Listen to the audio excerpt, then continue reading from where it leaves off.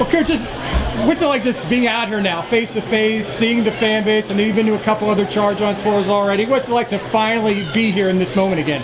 It's just exciting to be back out here in front of your fans and your supporters. And this is what it's about. I mean, this is what college athletics is about, and it's great to see the kind of turnout that we've had. Everyone seems to be excited to be out here, and so it's a great feeling. How do you feel like you guys, I mean, you're sending the season a couple months ago, but what do you feel like the time after in this offseason you can do for your team entering next year? I think the time off has been good for our guys. I don't think they took time off. A lot of them went right into training, weight training, and some skill development training and those things. So they're working really hard. But I think based on the year and with the stoppages we had, just to have an opportunity, kind of have an actual pause and a reset for our group, I think it'll be good for them. How beneficial is this offseason going to be? Because your team didn't really get a real offseason. They didn't have the strength and conditioning program this summer that they would have had, especially for the freshmen last year. How important is that going to be now that they'll get to go through it? You know what? That's huge for us. And as you just mentioned, last year, spring, summer, even prior to early fall, we couldn't get with our guys because of the stoppages of COVID. So to have our guys on campus even right now and have them here all summer is only going to help them to continue to develop. And I think a lot of our freshmen now can kind of catch up, and understand what a full summer will help them do as they move into next season. Johnny, the transfer portal obviously has become a big factor in college basketball, college athletics in general. How do you guys think you guys did with being able to take advantage of the portal and maybe add some depth to the roster?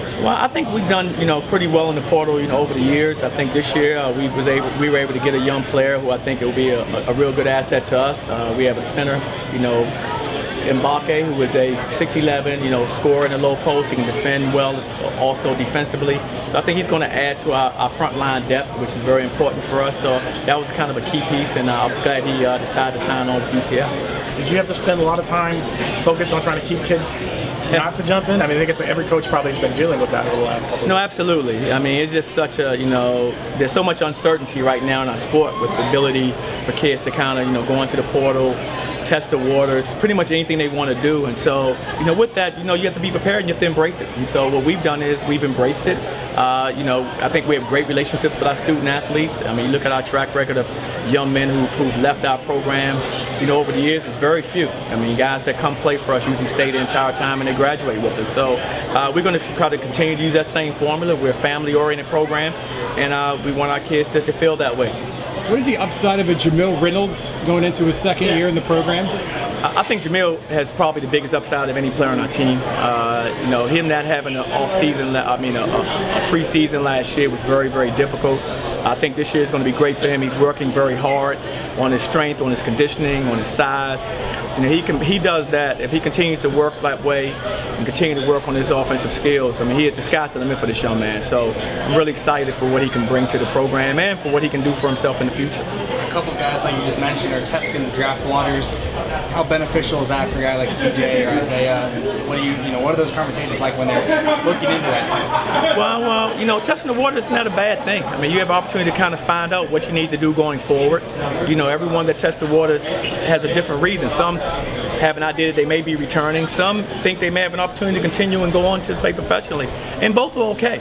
And so for what we want to do is we want to make sure that we get feedback to help them to develop. Okay, what is it that they need to continue to work on, not just for us, but for them to continue to play, beyond, college. And I think the more feedback we get, the more our guys understand that we're trying to aid them in that process, the more they'll continue to trust. And I think trust builds, confidence, and trust builds winning. I know it's 6 months away before the season, but I know you've got the groundwork of a very challenging schedule. I know you just announced the Orange Bowl Classic with FSU. I know you've got some return games, right? You've got like Michigan and maybe Oklahoma. What is next year's schedule? What's it going to look like? Well, as you know, you've been with us the entire time. We're always going to play the best schedule. Last year, our schedule, I think, in the preseason was #1 strength of schedule in the country. And I think this year it's going to be something similar.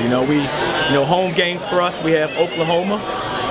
We have Michigan again coming out to our place this year, so that's going to be great. On the road, we go to Auburn.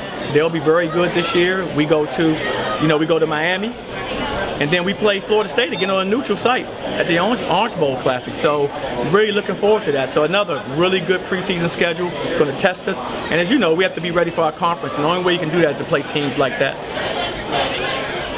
Like name, image, and likeness, usually when it gets talked about in regards to football. What kind of impact do you think it's going to have on college basketball? basketball and your program specifically?